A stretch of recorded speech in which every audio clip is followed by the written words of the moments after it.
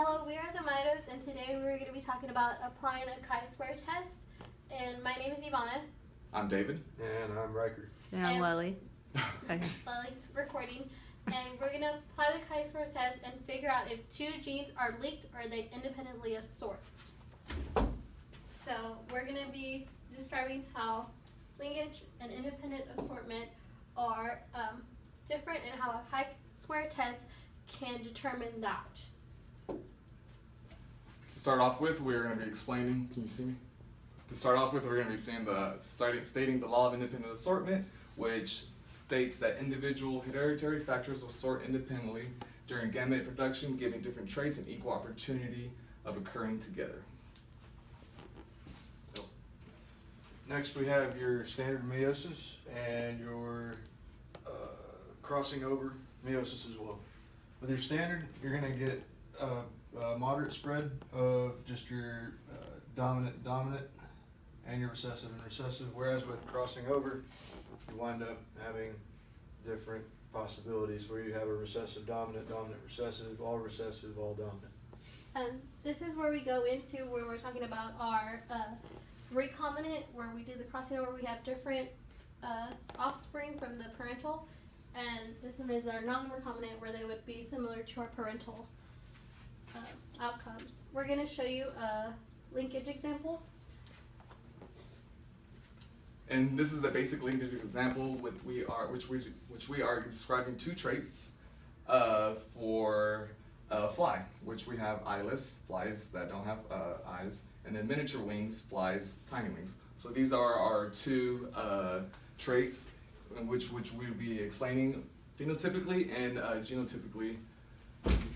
So our wild type will have eyes and will have normal wings. So this is our eyeless but normal wings, and then this one has eyes but has miniature wings, and then the last one would be eyeless and miniature wings. And this is our outcome of our fly population, and we're going to determine, are these genes linked together?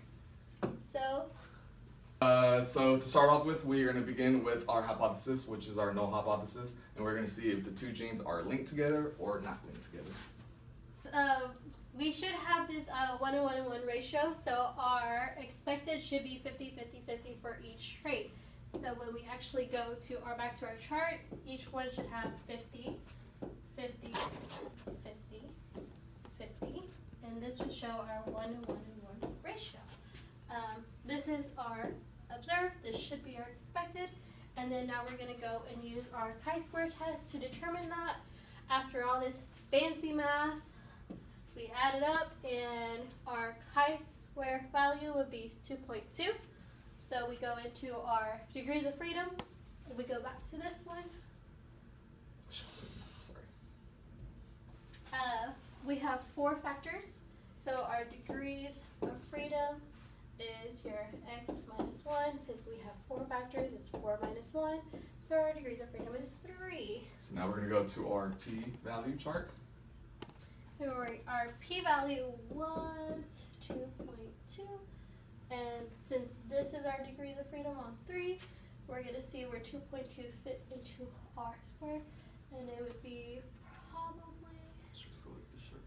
right here, just like right there, and this is where our p-value fits. If we would have gone this way, we would reject our hypothesis, but since we're going this way, this one accepts our Fails to reject.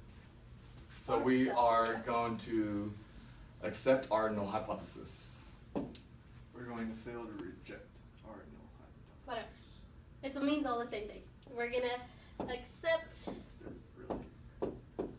our null hypothesis, or our hypothesis is correct, and the two genes are not linked, so this falls under Mendelian inheritance, and these genes independently assort. And this is due to how we observed and are expected. Now, if we would have had, going back to our p-value, if we would have had a p-value in anywhere in this range and it would have rejected our hypothesis, then we can determine that the genes are linked, and we would go into further depth of how they're on the same chromosome, and being on the same chromosome really determines whether genes independently assort or are linked together. That's about it. That's the end of our presentation. Nice. Thank you.